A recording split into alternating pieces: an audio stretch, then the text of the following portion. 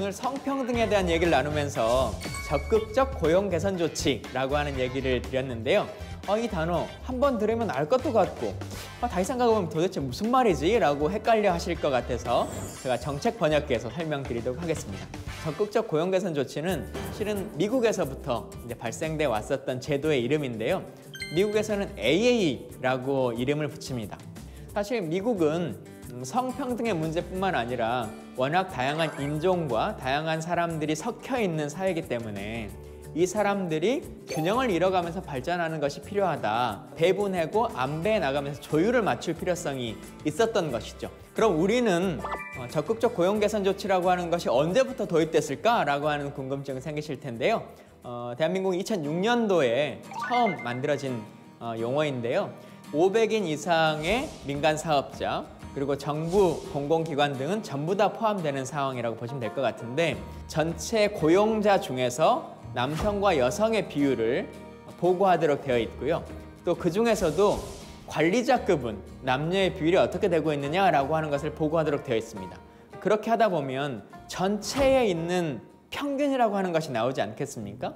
그러면 평균보다 최소한 70% 이하로 떨어지면 안 된다라고 하는 약간의 페널티 조항이라고 하는 걸 적용하는 거죠.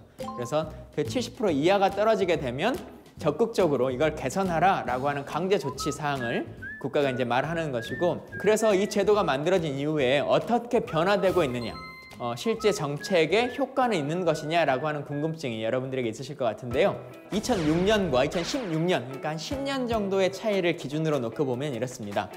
처음에 고용 비율을 기준으로 했을 때는 여성의 비율이 30%였었는데요. 한 10년의 시간이 지나니까 37% 정도까지 증가가 됐고요.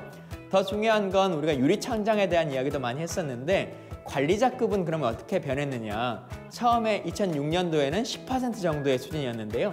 2016년이 되면서 20% 가까이 늘었으니까 꽤 많은 부분에 있어서 증가하고 있는 거죠. 물론 제도는 점점 발전해 가고 있고 정책의 효용성이라고 하는 것도 증가하고 있습니다만 아직은 만족스러운 단계까지는 가지 못한 것 같습니다. 최근에는 이 최소한의 기준점도 만족하지 못하고 있는 회사나 공공기관에 대해서는 관계자들을 공개하는 이런 제도까지 이제 만들어지고 있는 것인데요. 여러분도 느끼시기에 이런 정책은 좀 이렇게 바꿨으면 좋겠다 라고 하는 생각들이 있으시거나 지금 말하고 있는 제도와 정책들이 조금 더 빨리 바뀌었으면 좋겠다라고 하는 생각이 있으시다면 전공법을 보고 나서 많은 의견들을 보내주시면 좋겠습니다.